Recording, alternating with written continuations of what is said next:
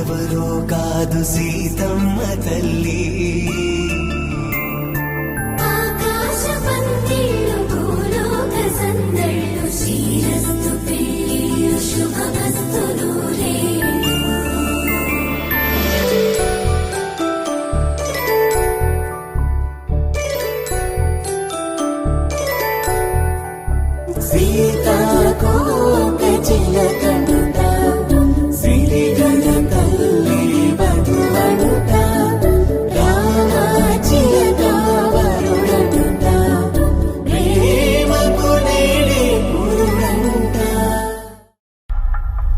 ఇది జీలకర్ర బెల్లం.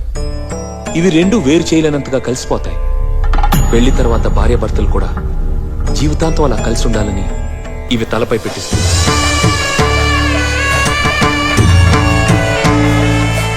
ఇది మంగళసూత్రం.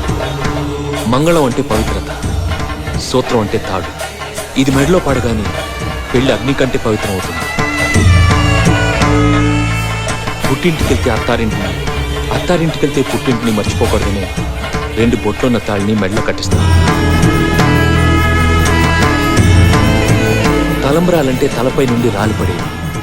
ఆ ఇంట్లో సిరి సంపదలు కూడా అలా వచ్చి పడాలనే తలంబ్రాలు పోయిస్తాయి. 7 అడుగుల్లో ప్రతి అడుగుకి ఒక అర్థం ఉంది.